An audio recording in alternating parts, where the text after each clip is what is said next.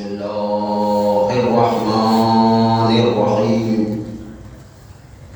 الحمد لله رب العالمين والصلاة والسلام على أشرف الأنبياء والمرسلين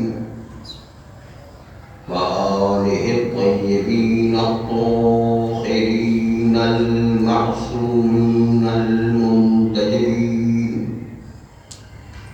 ولعنة الله على أعدائهم أجمعين من الآن إلى قيام يوم الدين. بسم الله الرحمن الرحيم ووصينا الإنسان بوالديه إحسانا حملته أمه كرها فوضعته كرها فقال إذن مرج البحرين يلتقيان بينهما برزخ لا يبغيان فبأي آلاء ربكما تكذبان يخرج منهم اللؤلؤ والمرجان فبأي آلاء ربكما تكذبان. صدق اللهم صل على محمد وآل محمد. عزیزان محترم اور بزرگان عزیز، آج کی ولادت بسعادت امام حسین علیہ السلام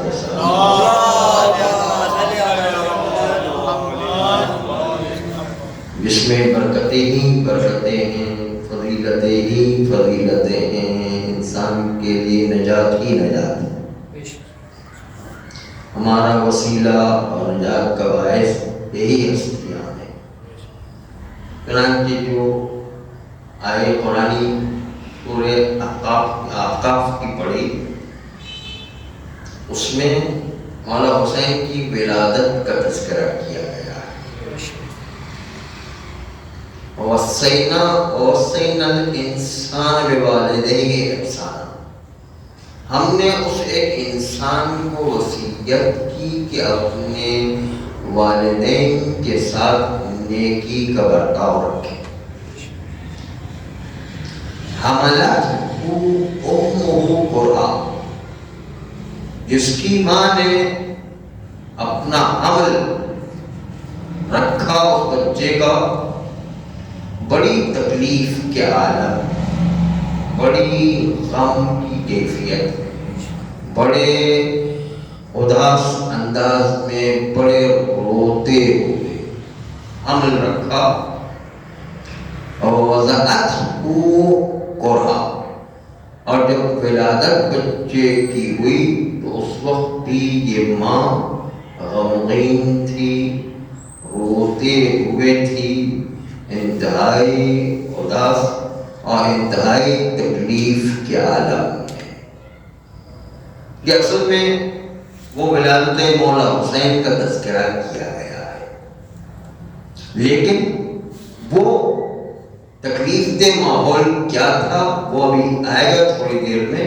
آپ اس روایت کو ملاحظہ فرمائیں. اس سے پہلے مرج البحرین یلتقیان،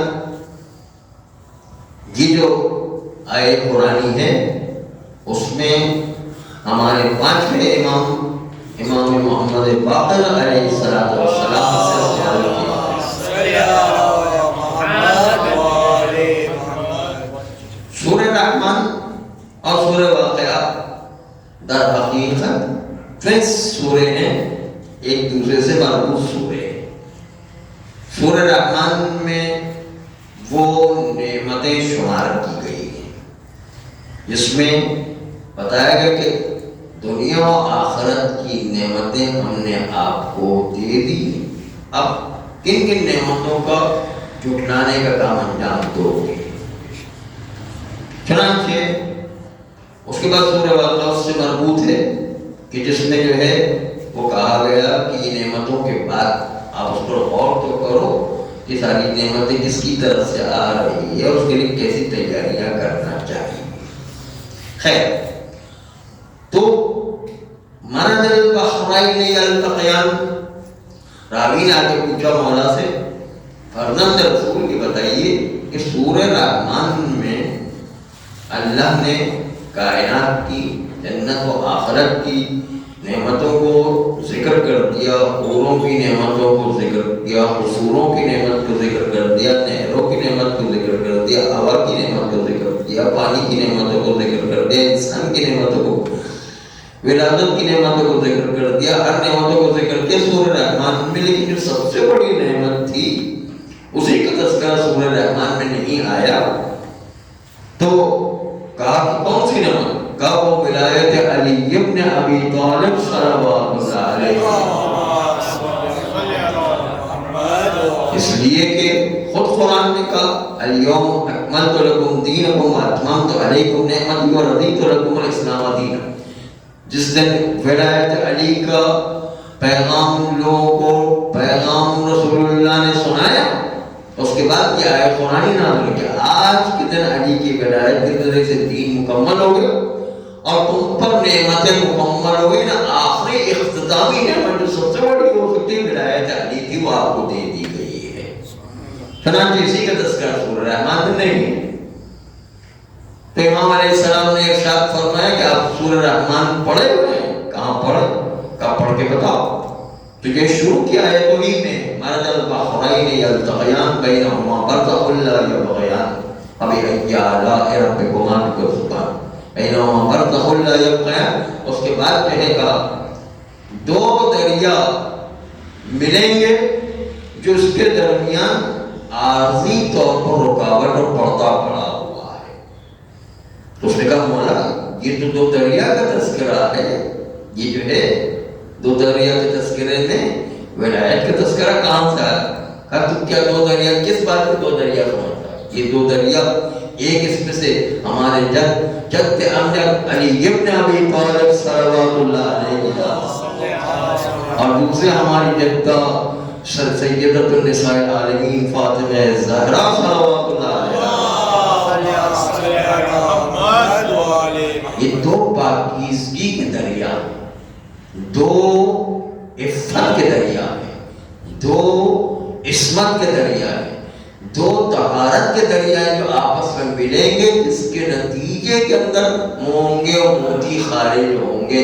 ابھی عارضی رکاوٹ شہزادی اور علی کے ملاپ میں عارضی رکاوٹ جو ہے یہ کہ پیغمبر اسلام درمیان میں ہے، وہ جب اس رشتے کو انجام دیں گے تو اس کے نتیجے کے اندر وہ عارضی رکاوٹ برزخ جو ہے پیغمبر اسلام کو بتایا گیا، اور پھر جو ہے کاغذ سے موتی و مونگے نکلیں گے۔ موتی سے مراد امام حسن علیہ السلام کی ذات ہے اور مونگے سے مراد امام حسین شہید کربلا۔ درود بھیجا محمد،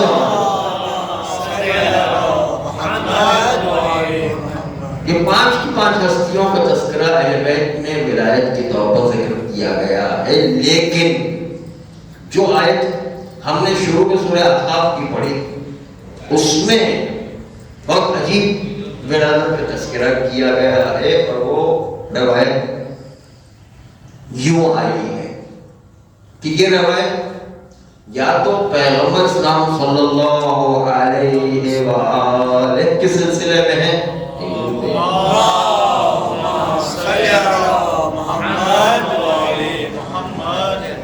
جو پہلی ہستی ہے اسلام لانے والے، اور جو امام حسین جو پنجتن کو مکمل کرنے والے آخری ہستی ہے، جس سے جو ہے اختتام ہے پنجتن کا، اور اس آیت کا اختتام مولا حسین کے اوپر ہو رہا ہے۔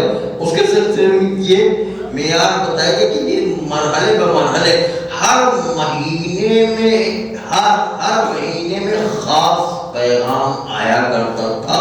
جب ڈیلیوری کا وقت تھا، جب پریگننسی کا وقت تھا، تو خاص پیغام آیا کرتا تھا۔ جیسے پیغمبر اسلام کی ولادت ہونے والی کہ حضرت آمنہ کے وقت حضرت آدم پہلے مہینے میں آ کر سلام کر کے گئے، دوسرے مہینے میں حضرت ابراہیم آ کے سلام کر کے گئے، مولا حسین کی بھی ہر مہینے کی پوری ڈیٹیل پہلے مہینے میں جب پریگنسی کا وقت تھا، اگرچہ کہ اس کے علاوہ کوئی ایسا مناسب لفظ نہیں نظر آتا ہے کہ معصوم کی شان میں کہیں گستاخی بھی نہ ہو جائے۔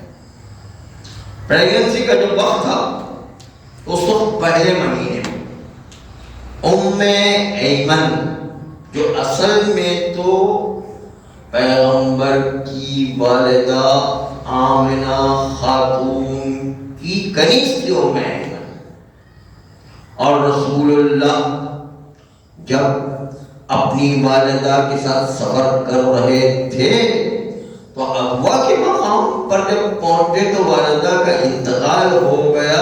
یہی ام ایمن جب رسول اللہ 4-5 سال کے تھے اور ام ایمن اس وقت جوان تھی، اس نے اس بچے رسول اللہ کو اپنی تعبیل میں لیا اور بڑی حفاظت کے ساتھ مدینہ پہنچایا۔ ام ایمن کی اس خاندان میں بہت پہلے سے خدمتیں موجود تھیں۔ ام ایمن نے رسول اللہ کو پھر اگرچہ کہ ام ایمن حضرت عبد المطلب کے گھر میں رہا کرتی تھی، پھر حضرت ابو طالب کے گھر میں رہا کرتی تھی، لیکن خدمت ماں کی طرح رسول اللہ کی انجام دیا کرتی تھی۔ رسول اللہ کے بعد رسول اللہ کی اولاد شہزادی کی خدمت انجام دیا کرتی تھی۔ چنانچہ شہزادی سے بھی پہلے رسول اللہ کی خدمت ام ایمن والی کنیز جو ہے انجام دے چکی تھی۔ ام ایمن آ کر کہتی شہزادی، پہلا مہینہ جب ہوا تو اس وقت شہزادی انہوں نے اپنا لباس بدل دیا۔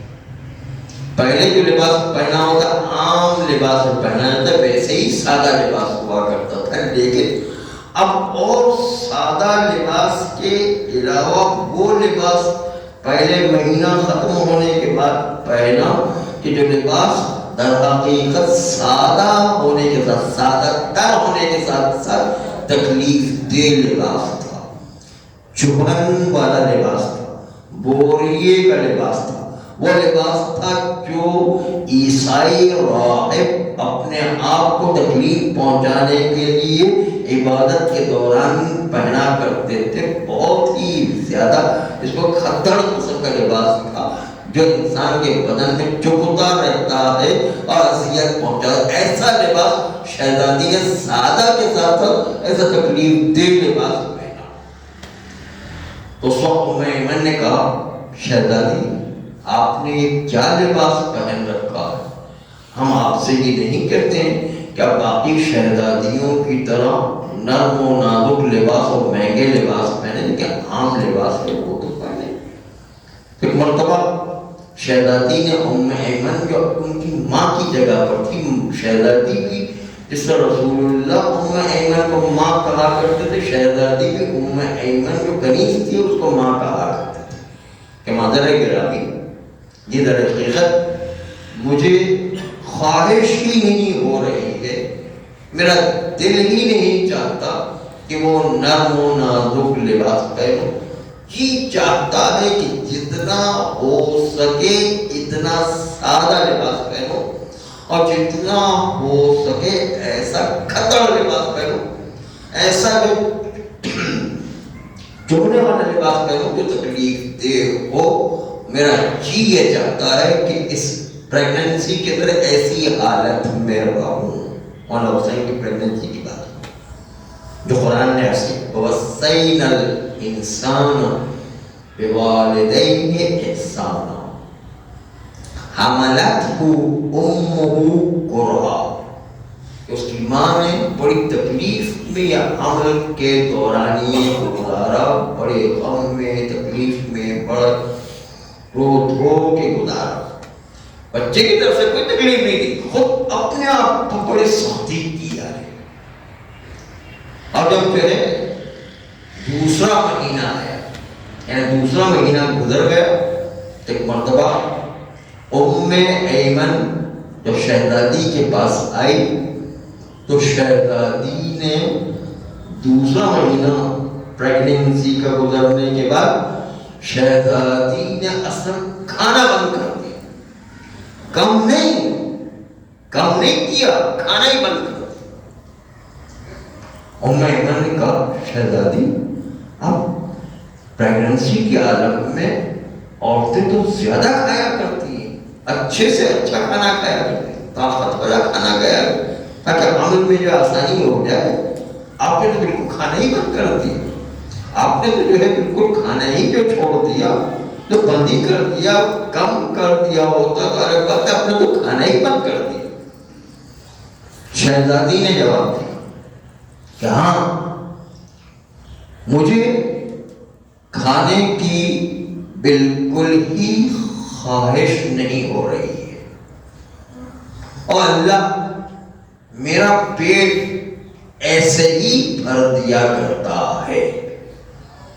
وہ نہیں کہ جو جنت کی نعمتیں آیا کرتی تھی تو اس گھر میں ہمیشہ تھی، وہ اس طریقے سے نہیں، بلکہ خود بخود بغیر کھائے ہوئے بغیر پیے ہوئے شہزادی نے کہا اللہ میرا پیٹ خود بھر دیا کرتا ہے، مجھے کھانے کی کوئی تمنا آرزو خواہش ہی نہیں ہوا کرتی، خود بخود میرا پیٹ بھر جاتا ہے، اور اس کی وجہ سے جو ہے مجھے کھانے کی کوئی حاجت نہیں ہے۔ دوسرا مہینہ گزرنے کے بعد شہزادی نے کھانا ہی بالکل بند کر دیا، نہ کہ جنت کی نعمتیں آ رہی، بالکل کھانا بند کر دیا کہ پیٹ اللہ خود بخود میرا بھر دیتا ہے۔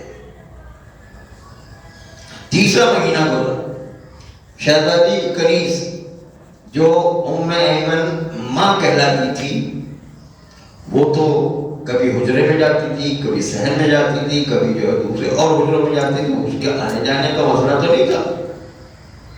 چنانچہ ام ایمن نقل کرتی ہیں کہ جب میں صحن میں گئی تیسرے مہینے میں تو میں نے کچھ آوازیں کمرے کے اندر سے سنی۔ میں نے کمرے میں آ کر حجرے میں آ کر شہزادی سے کہا کہ شہزادی آپ تو اکیلی ہیں اور تیسرا مہینہ پریگننسی کا ہے، آپ اکیلی ہیں، پھر بھی میں صحن میں تھی، آپ کا ایسا لگا کہ آپ کسی سے بات چیت کر رہی ہیں، آپ کسی سے باتیں کر رہی ہیں، کوئی ہے نہیں تو کس سے باتیں کر رہی ہیں۔ شہزادی نے کہا کہ یہ جو شکم میں میرا بچہ ہے وہ مجھ سے شکم میں ہو کر بات چیت کیا کرتا ہے اور مجھے شکم ہی سے تسلی دیا کرتا ہے، مجھے صبر کی تلقین کیا کرتا ہے، اور کیا کیا حالات پیش آنے والے ہیں اس کی بھی خبر دیا کرتا ہے، کیا آئندہ کیا کیا چیزیں مستقبل میں پیش آنے والی ان حالات کا بھی یہ بچہ مجھ سے تذکرہ کرتا رہتا ہے، اور بہت سی وہ باتیں جو آئندہ غم کی باتیں ہیں، جو خوشی کی باتیں ہیں، وہ بھی آئندہ مستقبل کی باتیں بتاتا رہتا ہے۔ یہ تیسرے مہینے میں عمل کے پیش آیا، اس لیے کہا کہ رسول اللہ کے ساتھ بھی پیش آیا۔ پہلے مہینے میں حضرت آدم آ کے سلام کرتے ہیں، دوسرے مہینے کے اندر جو ہے وہ جب رسول اللہ کی ولادت ہو رہی تھی حضرت آمنہ کے سامنے سلام کیا، پھر جو حضرت ابراہیم نے سلام کیا، انبیاء آ کر کے سلام کیا کرتے ہیں۔ مولا حسین کی ولادت ہوئی تو ہر مہینے کے اندر کوئی نہ کوئی حالات پیش آتے رہتے تھے۔ پہلے مہینے میں شہزادی نے انتہائی سادہ اور تکلیف دہ کپڑے پہننا شروع کر دیا، دوسرا مہینہ گزرا کھانا بند کر دیا، تیسرا مہینہ گزرا تو اس وقت جو ہے شکم میں جو بچہ تھا وہ شہزادی سے گفتگو کیا کرتا تھا۔ چوتھا مہینہ آیا، چوتھے مہینے میں شہزادی نے مصلی سے اٹھنا ہی بند کر دیا، پہلے نمازیں پڑھ کر عبادتیں کر کے گھر کے کام کاج انجام دیا کرتی تھی، کبھی بستر کو تھوڑا آرام کیا کرتی تھی، وہ سب کچھ ہو اب مصلی کو اٹھ ہی نہیں رہی، مصلی پر بیٹھی رہتی ہے، چاہے عبادتوں کا وقت ختم ہو جائے، نمازیں پڑھ لیں، دعائیں پڑھ لیں، زیارتیں کر لیں، سب کچھ کرنے کے بعد بھی مصلی سے اٹھ ہی نہیں پا رہے، اٹھ ہی نہیں رہی ہیں۔ تو ام ایمن جو بار بار حجرے میں جاتی تھی، صحن میں جاتی تھی، دوسرے کمروں میں جاتی تھی، وہ آئی اور آ کر کے شہزادی سے کہا کہ شہزادی آپ جو ہے اس وقت عبادت مصلی پر انجام دینے کے بعد دیکھ رہی ہوں کہ جس طرح پہلے عبادت دعا پڑھنے کے بعد گھر کے کام کاج میں لگ جایا کرتی، بستر پر جایا کرتی تھی، آج تو آپ بالکل ہی جو ہے یا مصلی کو بیٹھ کے رہ گئے، مصلی کی ہی ہو کر کے رہ گئے، اسے اٹھی نہیں رہی، دن رات مصلی پر پورے مہینے بیٹھی رہتی۔ تو شہزادی سے کہا یا شہزادی آپ اس طرح تو بیمار ہو جائیں گی، اور اس کے بعد جو ہے کہ ایسی جو ہے پریشانی کہ آپ جو ہے مسلسل رہے، کچھ نہ کچھ تو آرام کرے، کچھ نہ کچھ چلنا پھرنا کرے گا۔ شہزادی نے جواب دیا، ماں کی کنیز تھی، اور پھر جو ہے والد صاحب کو بھی یعنی رسول اللہ کو بھی ماں کی طرف پالا، ضعیف بھی ہو گئی، ماں کی طرح ہی ہے، بلکہ نانی و دادی کی طرح، لیکن شہزادی ان کو ماں ہی کہتی ہے۔ کہا مادر گرامی حقیقت یہ ہے کہ میں مصلی پر جو بیٹھ کر عبادت انجام دے رہی ہوں، تو اب مجھے مصلی سے اٹھنے کا جی ہی نہیں چاہتا، اور مسلسل جو ہے میرا دل چاہتا کہ بس میں عبادت پر عبادت کرتی رہوں، مصلی سے اٹھوں ہی نہیں۔ اس لیے جب بات شہزادی کی طرف سے آ گئی اور آرڈر آ گیا، اس کے مقابل میں کنیز کیا بولے، چنانچہ اہل بیت کا رتبہ اور ساتھ ساتھ کنیز دونوں کو دیکھنا، اس کے حساب سے جو ہے کنیز خاموش ہو گئی، کیا کہے۔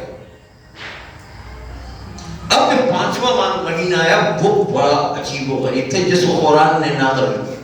قرآن نے کیا نقل کیا؟ وَوَصَّيْنَا الْإِنسَانَ بِوَالِدَيْهِ إِحْسَانًا حَمَلَتْهُ أُمُّهُ كُرْهًا وَوَضَعَتْهُ كُرْهًا۔ ہم نے اس انسان کو وصیت کی کہ اپنے والدین کے ساتھ نیکی کا برتاؤ کرو، جس کی ماں نے حمل کے دن بھی بڑی تکلیف کے عالم میں گزارا۔ تکلیف یعنی بچے کی تکلیف، خود ہی جو ہے کپڑے سخت پہننا، کھانا چھوڑ دینا، مصلی پر عبادت میں لگائے، یہ تکلیف اور غم کے عالم میں ہر وقت غم کے عالم میں گزارا۔ حملت امہ کرہا، حمل بھی کراہت کے عالم میں یعنی بڑی شدت غم اور بڑی پریشانی کے عالم میں گزارا، اور وضعت کرہا، اور حمل کو وضع حمل کیا، بچے کی ولادت ہوئی تو وہ بھی بڑی شدت کے عالم۔ 5واں مہینہ ہے وہ بڑی شدت کا۔ شہزادی اب جب 5ویں مہینے میں داخل ہوئی، 5واں مہینہ ختم ہوا، ایک مرتبہ ام ایمن اپنی نماز پڑھ کر کے آئی اور شہزادی کو دیکھا کہ زار و قطار مصلی پر بیٹھی رو رہی ہے، بے تحاشا رو رہی ہے، بے تحاشا۔ ویسے تو شہزادی روتی ہی رہتی تھی، لیکن اب جو ہے وہ زار و قطار بے تحاشا رو رہی ہے۔ ایک مرتبہ ام ایمن نے پوچھا کہ شہزادی کیا ہو گیا، آپ کی یہ کیا حالت ہے، آپ نے کس طرح کے رونا شروع کر دیا، اور کیا ہو گیا کہ جس کے نتیجے اتنی رو رہی ہیں؟ تو اس وقت شہزادی نے کہا اپنی مادر گرامی ام ایمن سے، ام ایمن کو مادر کہتے تھے، تو کہا کہ اصل میں فجر کی نماز جیسے ہی میں نے پڑھی، السلام علیکم ورحمۃ اللہ وبرکاتہ کہا، تو ویسے ہی بچے نے مجھے سلام کیا، کہا السلام علیک یا اماں، سلام ہو میری مادر گرامی آپ کے اوپر، انا ولدک العطشان، میں تیرا وہ بیٹا ہوں جو پیاسا ہی مارا جائے گا۔ یہ وہ تکلیفیں تھی جو قرآن بتا رہا ہے کہ اس تکلیف کے عالم میں اس ماں نے حمل کے ایام بھی گزارے اور وضع حمل بھی انجام دے. انا ولدو کے الاطشان، میں تیرا وہ بیٹا ہوں کہ جو پیاسا ہی مارا جائے. یہ جو ہے ولادت کے وقت یہ جو بات ہو رہی تھی تو شہزادی زار و قطار ہو رہی، بے تحاشا ہو رہی. ایک مرتبہ روتے روتے آنسوؤں سے سارا لباس بھی بھیگ گیا ہے، مصلی بھی بھیگ گیا ہے اور ساتھ ساتھ زمین بھی گیلی ہو چکی ہے. اتنا روتی جا رہی ہے تو ایک مرتبہ ام ایمن نے کہا شہزادی اگر ایسی بات ہے تو کیا رسول اللہ کو جا کے بتایا جائے؟ آئیے رسول اللہ کو بتاتے ہیں، آئیے رسول اللہ کے پاس چلتے ہیں، ان سے پوچھیں کہ کیا کریں. بچے کے بارے میں بچے نے جب یہ بات کہی ہے رسول اللہ سے پوچھیں. شہزادی نے کہا ابھی صبر کرو، ٹھہر جاؤ، ابھی جو ہے فی الحال جتنا ہو سکے ہمیں پریشان ہونے کے بجائے اپنے بابا کو پریشان نہیں کرنا ہے. میرے ساتھ جو گزر رہا ہے وہ گزرنے دو.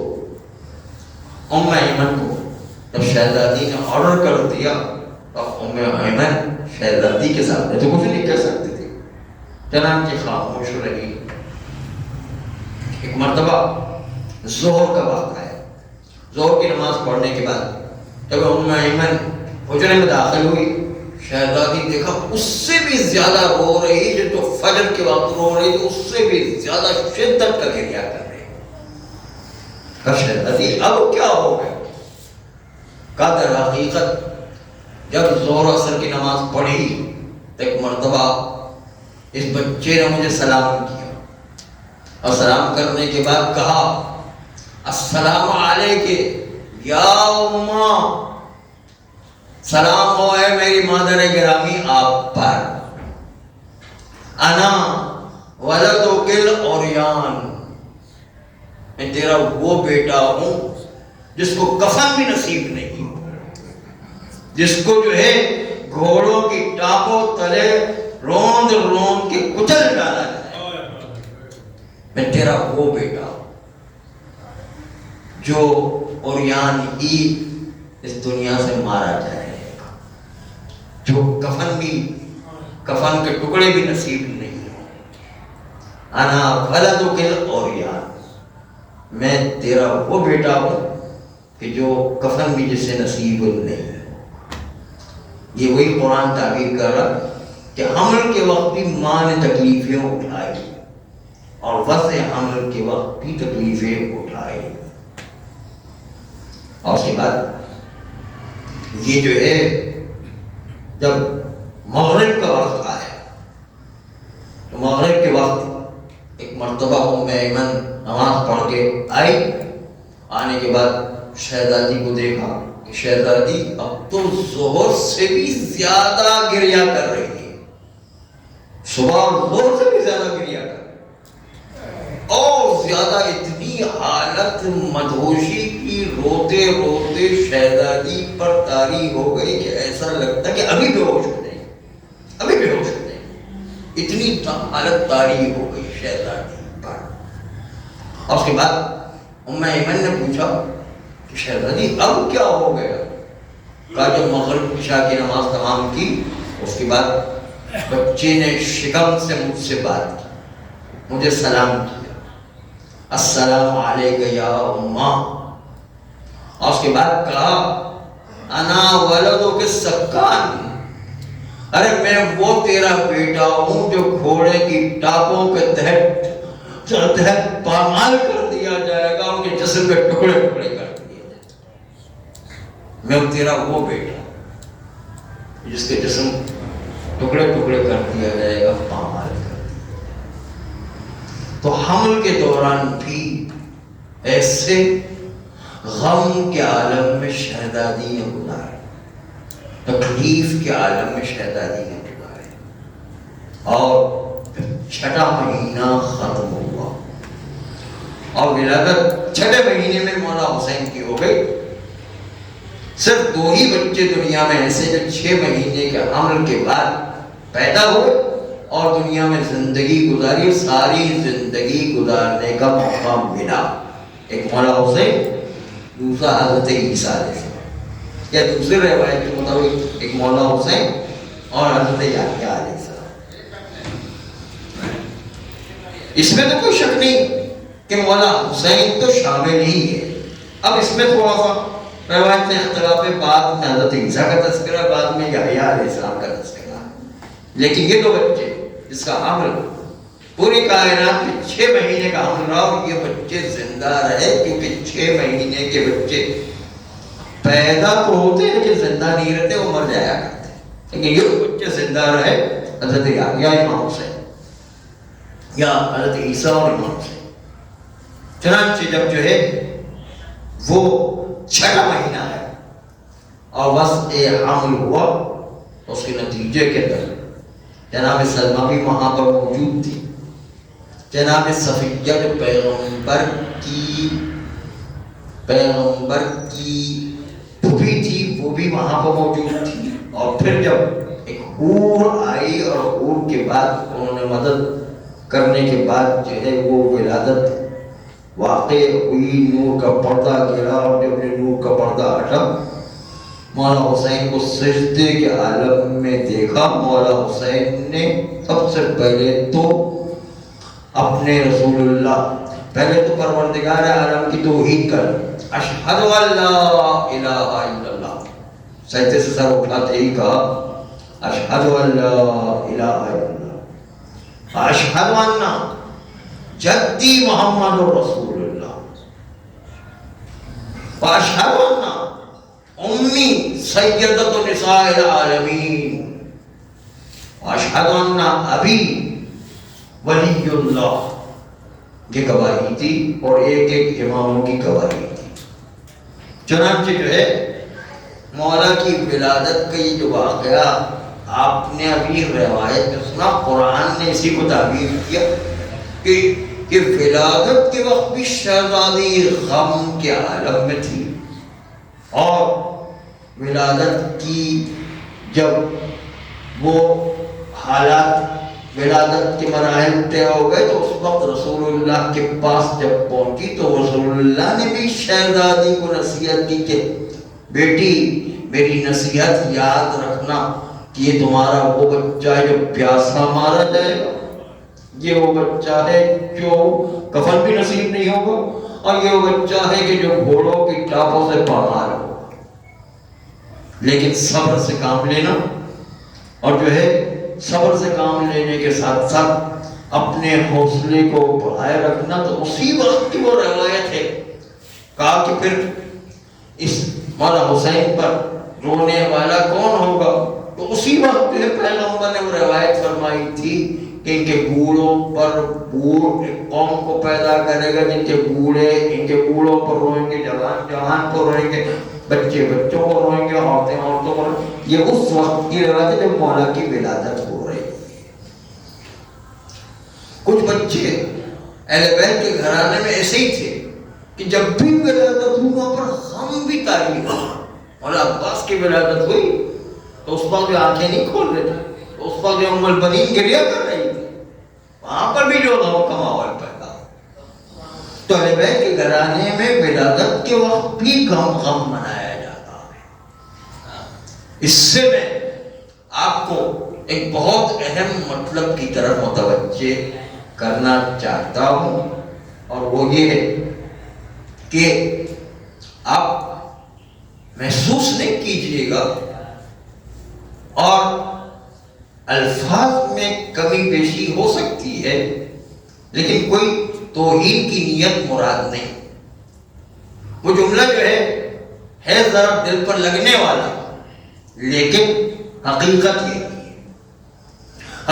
یہ کہ فضائل مولا اتنے زیادہ ہیں کہ پوری کائنات کے سمندر سیاہی بن جائے، درخت جو ہے وہ قلم بن جائے، جنہوں نے لکھنے والے، پھر بھی مولا کے فضائل ختم نہیں ہو سکتے، اس میں کوئی شک ہی نہیں. اور فضائل کا ثواب بھی ایسا ہی ہے. لیکن اس کے باوجود مولا حسین کے مصائب اس سے زیادہ ثواب بھی رکھتے ہیں، اس سے زیادہ اہم بھی ہیں اور اس سے زیادہ فائدہ بھی پہنچانے والے ہیں۔ مصائب اتنے اہم ہیں کربلا کے بعد، اس لیے غدیر سے زیادہ آج کی دنیا میں کربلا اہم ہے۔ یہ آپ ذہنی طور پر کبھی سوچئے گا کہ کربلا کتنا اہم ہے۔ وہ جو غدیر تھا اگرچہ کہ بہت اہم تھا، لیکن آج کی دنیا میں کربلا بہت ہے، فضائل سے زیادہ مصائب بہت ہیں۔ اس لیے میرا جملہ جو ہے آپ ملاحظہ فرمائیے گا، اس پر غور کیجیے۔ نیت توہین کی نہیں، وہ اصل نقطہ آپ کے سامنے پیش کرنا مقصود، اس لیے کہ جھوٹے جھوٹے فضائل ہر قوم اپنی لیڈر کے لیے بنا لیا کرتے ہیں۔ جو اہل بیت کے فضائل تھے چوری کر کے ڈاکہ ڈال کے وہ سارے فضائل دشمنان اہل بیت کو دے دیے۔ فضائل اب جو جتنے بھی پڑھتے رہے سارے دشمنان اہل بیت لے کر چلے جائیں، لیکن مولا حسین کے مصائب کوئی نہیں بنا سکتا، اس لیے کہ مصائب کے لیے قربانی دینا پڑتی ہے، مصائب کے لیے 3 دن کا بھوکا پیاسا رہنا پڑتا ہے، مصائب کے لیے 18 سال کے نوجوان کی قربانی دینا پڑتی ہے، مصائب کے لیے 6 ماہی کی قربانی دینا پڑتی ہے۔ مصائب کا آسان کام نہیں ہے، مصائب جو ہے وہ کوئی نہیں بنا سکتا ہے۔ مولا حسین کے مصائب کی طرف چوری کرنا بھی جائے تو چوری نہیں کر سکتے، اس لیے کہ مصائب کے لیے قربانی دینا پڑتا ہے، فضائل کے لیے کوئی قربانی نہیں دینا۔ وہ شاعر نے کہا بھی کہ بننے والوں نے کیا کیا بنا دیا، خدا بھی بنا دیا لیکن حسین نہ بنا سکے، اس لیے کہ خدا بننے میں بھی انسان کے بڑی جو ہے وہ جو کہتے ہیں ٹوٹ لگی ہوئی ہے، بڑے مزے آ رہے ہیں، مزے کرنے کے لیے تو ہر ایک کی قربانی دینی پڑتی ہے، وہ کوئی نہیں کرنے کو تیار ہے، وہ مصائب میں ہوا کرتے۔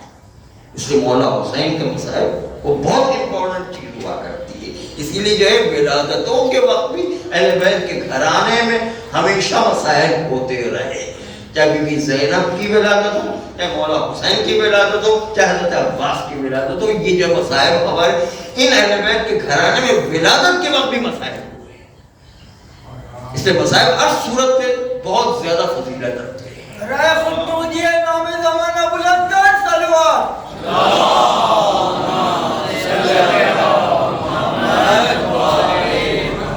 دو تین مثالیں آپ کے سامنے پیش کر رہا ہوں۔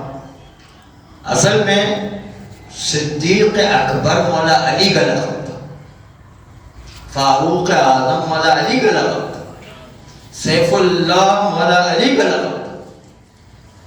لوگوں نے ڈاکے مار لیے، چوری کر لیے، القاب چوری کر کے فضائل کسی اور کو بخش دیے گئے، کیونکہ فضائل چوری کیے جا سکتے ہیں لیکن مصائب نہیں چوری کیے جا سکتے۔ مصائب ایک ایسی چیز ہے اس کے لیے بڑی قربانیاں دینا پڑتی ہیں اور قربانی دینے کو کوئی تیار نہیں ہے۔ ایک دفعہ یہ بھی لطیفہ سنتے جو ہے، بہت عجیب بات تھی۔ ایک طرح چھوٹا لطیف واقعہ ہے اور اس لطیف واقعے کے اندر جو ہے تھوڑا سا مزہ بھی آئے گا۔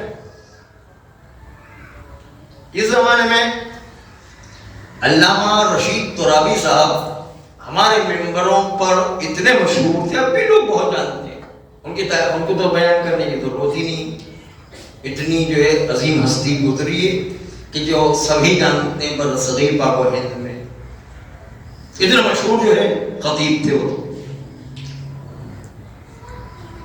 اور برادران اہل سنت میں بھی ایک شخصیت تھی، وہ بھی اہل سنت کے برادران کے اندر جو ہے اسی طرح مشہور شخصیت تھی، عبدالحامد بدایونی۔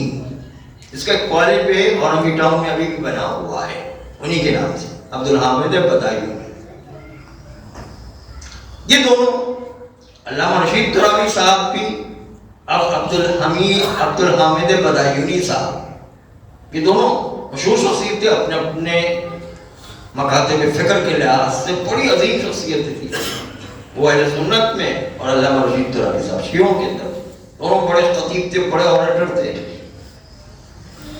چنانچہ یہ دونوں، ان میں دوستی بھی تھی اور اتفاق سے پاکستان بننے کی موومنٹ چل رہی تھی، یعنی انگریزوں سے ملک کے پاکستان اور ہندوستان کو آزاد کرنے کی موومنٹ چل رہی تھی، تحریک چل رہی تھی، تحریک آزادی۔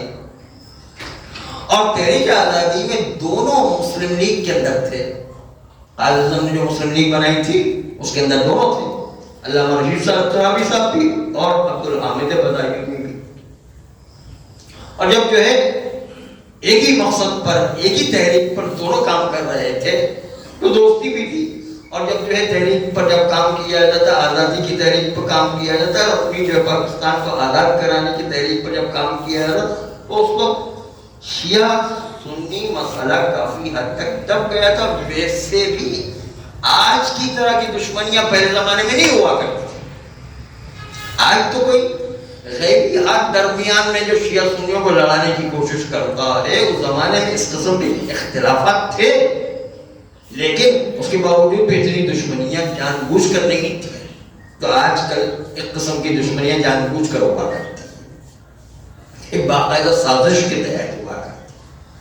اس زمانے میں جو ہے وہ اختلافات ہونے کے بعد دونوں میں دوستی تھی، دونوں مسلم لیگ میں کام کرتے تھے پاکستان کی آزادی پر۔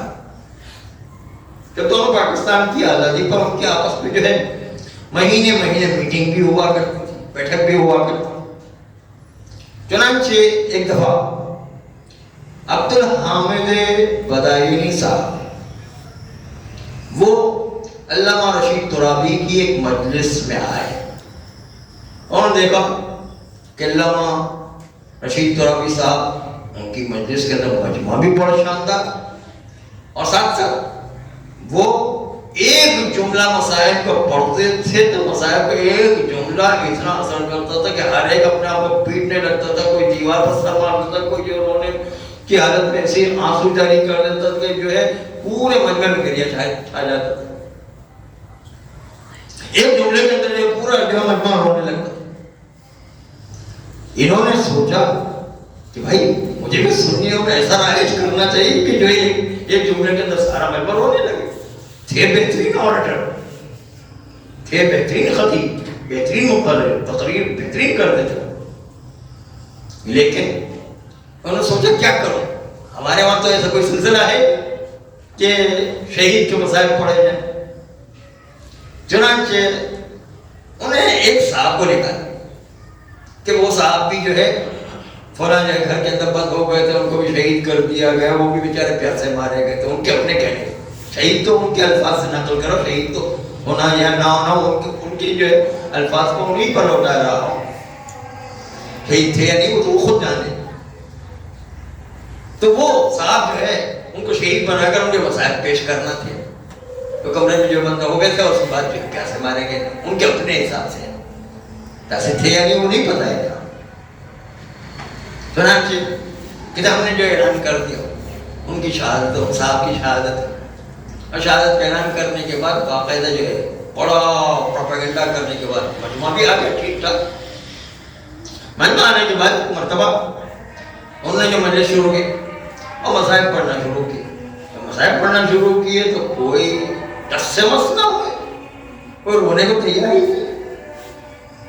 1 گھنٹہ ہو گیا مسائل پڑھتے ہوئے، کسی کو جو ہے ٹس سے مس نہیں ہو رہا ہے، ان کا گلا سوکھ گیا، سینہ بیٹھنے لگا، ان کا جو گلا پھاڑ پھاڑ کے جو ہے بولنے لگے۔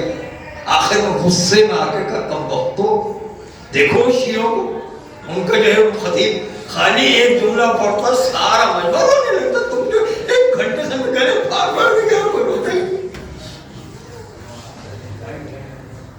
تو اس وقت جو ہے ان کے پاس تو یہ بات ہو گئی۔ اس کے بعد جب رشید ترابی صاحب سے ملاقات ہوئی ان کی تو آپس میں بیٹھک ہوئی، مہینے مہینے میں جو میٹنگ ہوتی تھی ان سے بیٹھک ہوئی۔ بیٹھک میں جو رشید ترابی صاحب سے کہا کہ بھائی تم کیا کرتے ہو، ایک جملہ کہ تو سارا مجمع رونے لگتا ہے اور میں 1 گھنٹے تک مغزماری کرتا رہا، 1 گھنٹے تک گلا پھاڑ پھاڑ کے کہتا رہا، 1 گھنٹے تک جب سینہ جو پھٹنے لگا میری زبان سوکھ گئی، گلا سوکھ گیا، لیکن کوئی ٹس سے بس نہیں ہو رہا۔ تو آخر تمہارے پاس کون سا جادو ہے؟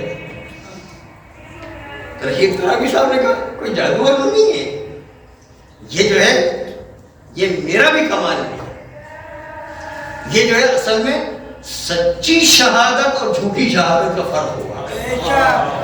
نعرہ حیدری. سچی اور جھوٹی شہادت کا فرق ہے. جھوٹی شہادت کون رہے گا؟ مجمع جو ہے سب جانتا ہے. اس کے بعد جو ہے اس کو پتا ہے کہ سچی شہادتیں جو راہ خدا میں لی جاتی ہے وہ کیسی شہادت ہے. چنانچہ کہا کہ جو ہے وہ سچی شہادت جو ہے اس کی وجہ سے میرا بھی کوئی کمال نہیں. رشید طلبہ کا میرا بھی کمال نہیں. اصل سچی شہادت تو مولا حسین کا کمال ہے. ایسی عظیم شہادت ہے جس کی وجہ سے مجمع اتنا حقیقت میں گنیا کیا کرتا ہے کہ مولا حسین کا کمال ہے, اہل بیت کا کمال ہے.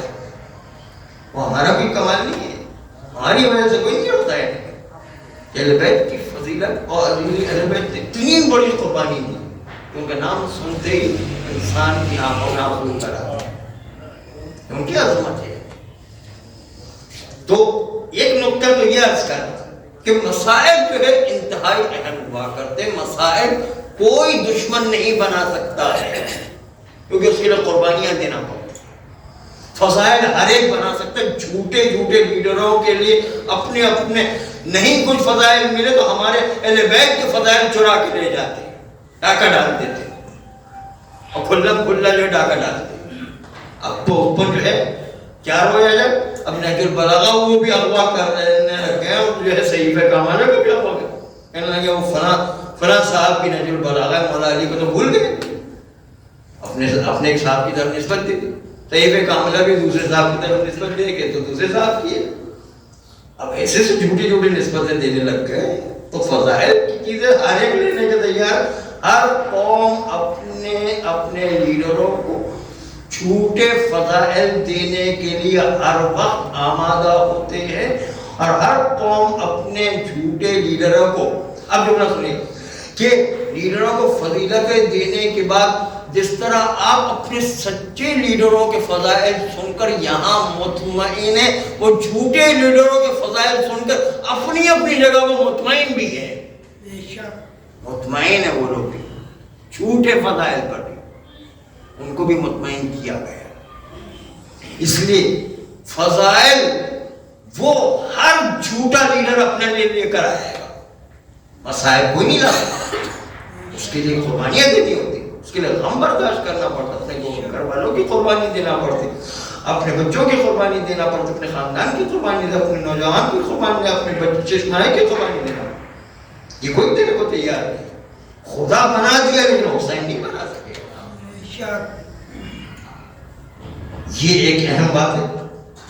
دوسری اہم بات جو ہے وہی کہ ہمارے یہاں پر فضائل بیان کرتے کرتے خوشی کا موقع ضرور بیان ہو, لیکن شاعروں کے اشعار سے عقیدے کو نہ بنایا جائے, بلکہ مجتہدین کرام جو نائب امام ہیں ان کے ذریعے سے اپنے عقیدے اور اپنی شریعت کو لیا جائے. ورنہ جو ہے آپ اگر دیکھیں گے تو ان کے اشعار میں اتنی غلطیاں ہوتی ہیں, اتنی یہ عقائد کے اندر خرابیاں کر دیتے ہیں, اگر اس کو نہ ٹھوکا جائے تو اس کے نتیجے کے اندر پورا عقیدہ ہی بگڑ کے رہے. ابھی 2-3 مثالیں آپ کے سامنے دوں گا. شاعر کہہ رہا ہے وزن ملانے کے لیے, عابد بھی تو ہے, معبود بھی تو ہے, ساجد بھی تو ہے, مسجود بھی تو ہے. کتنا غلط عقیدہ دیا ہے شاعر نے. اسی اہل بیت کی فضیلت امام زین العابدین کی جو ہے فضیلت میں عابد اور ساجد, اس کو ساجد اور مسجود, عابد اور معبود ملا. معبود سے خدا ہوا کرتا ہے. امام زین العابدین کو معبود کیسے بنا دیا؟ کتنی بڑی غلطی ہے. لیکن عوام کو تو پتہ ہی نہیں چلتا, بیچارہ پتہ ہی نہیں کہ کتنا بڑا جو ہے عقیدے میں خرابی پیدا کر رہا ہے. ہم چونکہ اپنے عقیدوں میں جانتے ہیں کہ عقیدہ کیا ہے, کہ اللہ سے بڑا کوئی نہیں ہے, اس لیے چلو کہتے ہیں کہ توجیہ کر دیتے ہیں کہ چلو قافیے میں ملانے کے لیے کہہ دیا ہوگا, یا جو ہے ذرا دل خوش کرنے کے لیے کہہ دیا ہوگا, یا جو ہے اس کی اچھی آواز تھی اس لیے کہہ دیا ہوگا, یا ہم توجیہ کریں گے.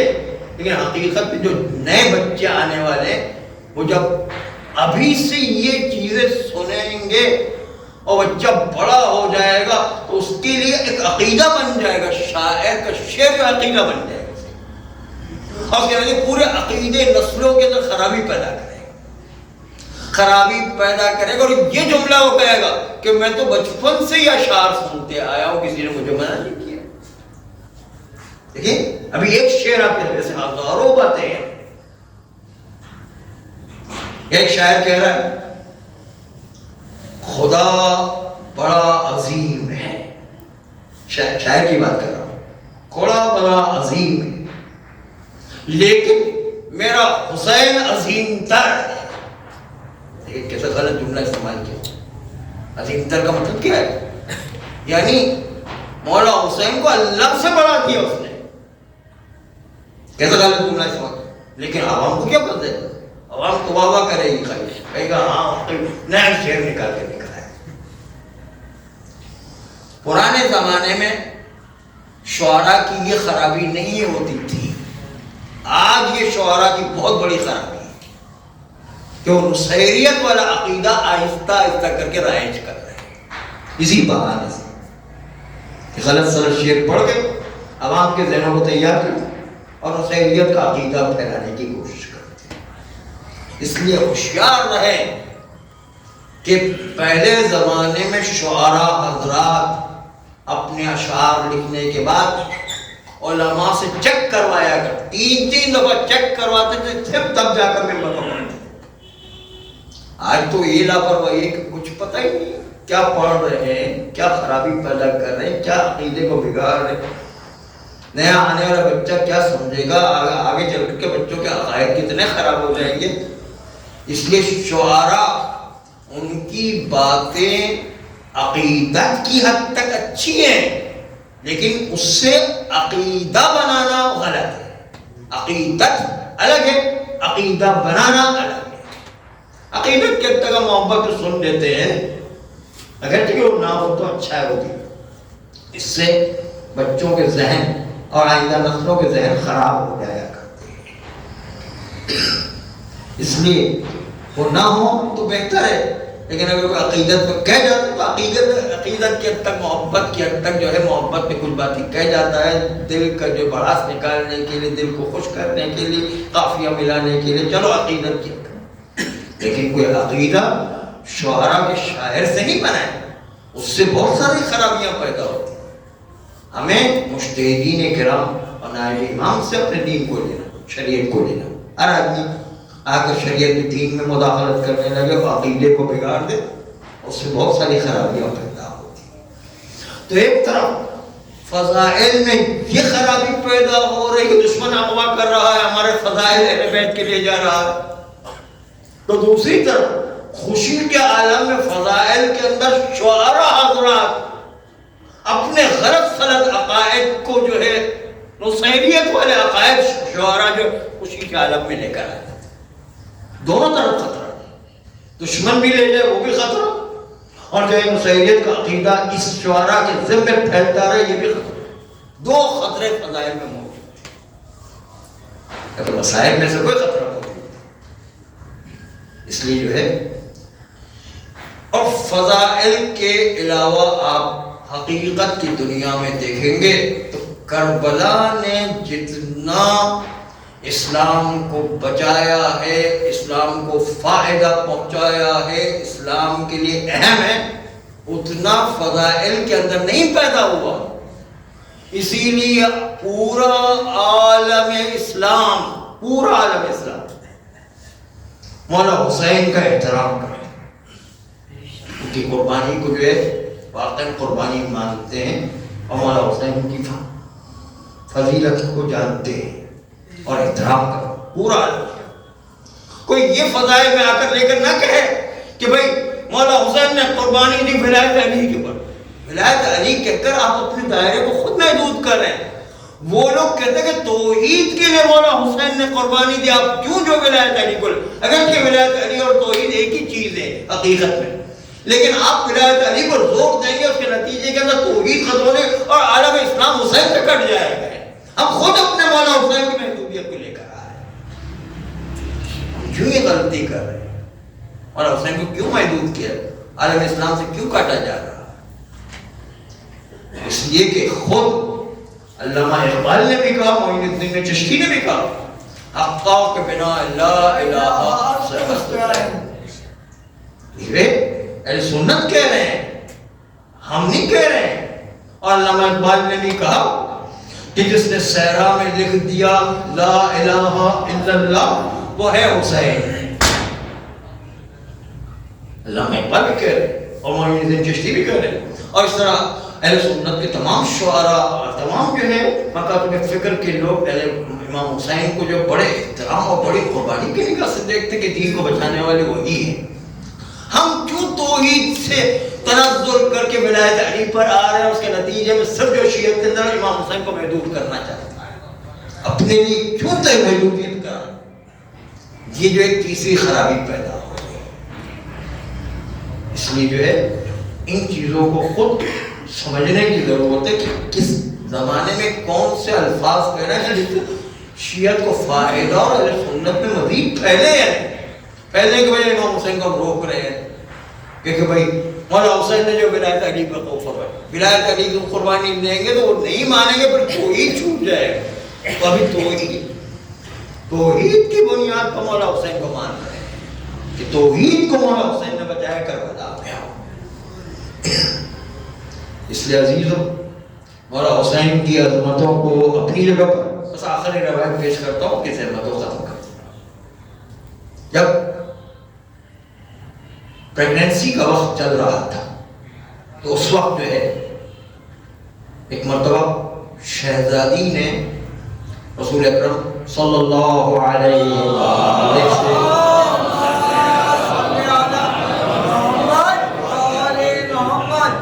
سے شکایت کی کہ پدر بزرگوار، میں حیران ہوں کہ میری پیشانی سے جو نور نکلتا تھا، شہزادی کی پیشانی سے نور نکلا کرتا تھا، اس کے رنگ بھی مختلف ہوا کرتے تھے۔ ابھی اس وقت بحث نہیں کر رہے، رنگ پر بحث بعد میں کبھی اس کی اور موقع پر کریں گے۔ کبھی سبز رنگ نکلتے تھے، کبھی زیادہ رنگ نکلتے تھے، کبھی سفید رنگ نکلتا، پیشانی سے اتنا نور نکلا کرتا تھا کہ جو ہے کسی چراغ کی ضرورت نہیں ہوا کرتی۔ چنانچہ شہزادی کی پیشانی سے جو نور نکلتا تھا، پدر بزرگوار یہ بتائیے کہ جب مولا حسن میرے پیٹ میں تھے اس وقت میرا نور جو پیشانی سے نکلتا تھا مولا حسین کے یعنی بیٹا حسن کے نور پر غالب آ جاتا تھا، اور آنا بھی چاہیے، شہزادی کے نور امام حسن پر غالب ہے۔ لیکن یہ بچہ جو مولا حسین جو پیٹ میں ہے اس سے میں خوف زدہ ہو گئی ہوں کہ آپ کو پتا ہے کہ والدین کتنے ہی بچے ترقی کر جائیں وہ حسد نہیں کیا کرتے، لیکن والدین یہ بھی چاہتے ہیں کہ بچوں میں برابر ہی رہے۔ چنانچہ کہ یہ مولا حسین کا نور ایسا ہے کہ میرے نور پر حسین کا نور غالب آ رہا ہے، تو کیا میرے حسن میں کوئی خرابی تو نہیں تھی؟ رسول اللہ نے کہا بیٹی یہ تم نے کیا کہہ دیا، وہ بھی جو ہے نور کا ٹکڑا، یہ بھی نور ہے۔ کہا پھر اور حسین کا نور میرے نور پر کیسے غالب؟ کہا ہاں اس کی وجہ ہے کہ مولا حسین کی ولادت کے ساتھ ساتھ خالی مولا حسین کا نور نہیں آ رہا ہے، اس کے ساتھ ساتھ 9 امامہ کا نور بھی شکم میں اور جو ہے وہ صلب حسین میں موجود ہے۔ اس لیے خالی حسین اس دنیا میں نہیں آ رہے، حسین کے ساتھ امام زین العابدین بھی آ رہے ہیں، امام باقر علیہ السلام بھی آ رہے ہیں، امام صادق علیہ السلام بھی آ رہے ہیں، امام علی رضا بھی آ رہے ہیں، امام فقیہ علیہ السلام بھی آ رہے ہیں، امام علی رضا، امام عسکری علیہ السلام بھی آ رہے ہیں، امام زمانہ صلوات اللہ علیہ وسلم۔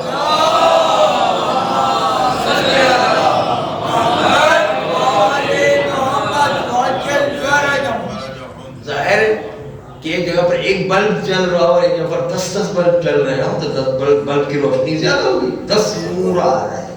مولا حسین اکیلے نہیں آ رہے، سارے اماموں کے نور بھی اس کائنات میں مولا حسین کے صلب میں وجود میں آ رہے ہیں۔ ماشاءاللہ ماشاءاللہ۔ اس لیے 10 نور ہے کہ 10 نور جو ہے تمہارے نور پر غالب اس لیے آ رہے ہیں کہ 10 نور جو ہے 10 بلب کی طرح جل رہے ہیں، اور اس کے نتیجے کے اندر آپ کا نور اگر اکیلا ہوتا تو سب پر غالب آ جاتا، لیکن جب 10 نور ایک ساتھ آ رہے ہیں تو اس کی وجہ سے مولا حسین کا نور آپ کے منہ پر غالب آ گیا ہے۔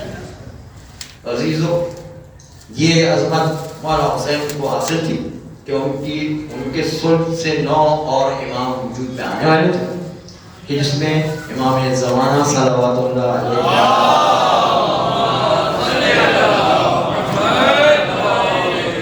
اس لیے سب سے زیادہ تو ہم اپنے زمانے کے امام کو مبارکباد پیش کرتے ہیں، باقی ائمہ کو مبارکباد پیش کرتے ہیں، شہزادی اور مولا علی اور رسول اللہ سب کو مبارکباد، ساری معصوم ہستیوں کو مبارکباد، سارے مومنین کو مبارکباد پیش کرتے ہیں۔ پروردگار اللہ اس مبارکباد کے موقع پر جو حقیقت میں ان کا پیغام ہے اس کو لینا ہی گویا کہ مولا حسین کو خوش کرنا۔ پیغام یہ ہے کہ جس طرح وہ ہم سے تقاضا کرتے ہیں اس طرح ہم ان کی چاہت کے مطابق زندگی گزارے، یعنی گناہوں سے بچ کر زندگی گزارے۔ پروردگار عالم ہم سب کو گناہوں سے بچ کر زندگی گزارنے کی توفیق عطا فرمائے، ہمارے گناہ کبیرہ و صغیرہ کو معاف فرمائے، آئندہ بھی گناہوں سے بچنے کی توفیق عطا فرمائے، نسل بعد نسل ایسی اولاد عطا فرمائے جو روز قیامت تک امام زمانہ علیہ السلام کے سچے سپاہی قرار پائے۔ پروردگار حوضات علمیہ کی حفاظت فرمائے، مراجع اعظام کی حفاظت فرمائے، انقلاب اسلامی ایران و عراق و لبنان و بحرین و فلسطین و پراجنار کی حفاظت فرمائے۔ ہم سب کو بھی امام زمانہ علیہ السلام کا سچا سپاہی قرار دے، ان کے اعوان و انصار میں شامل کر کے جان شہادت نصیب فرمائے۔ ان اللہ و ملائکتہ یصلون علی النبی یا ایھا الذین آمنوا صلوا علیہ وسلموا تسلیما۔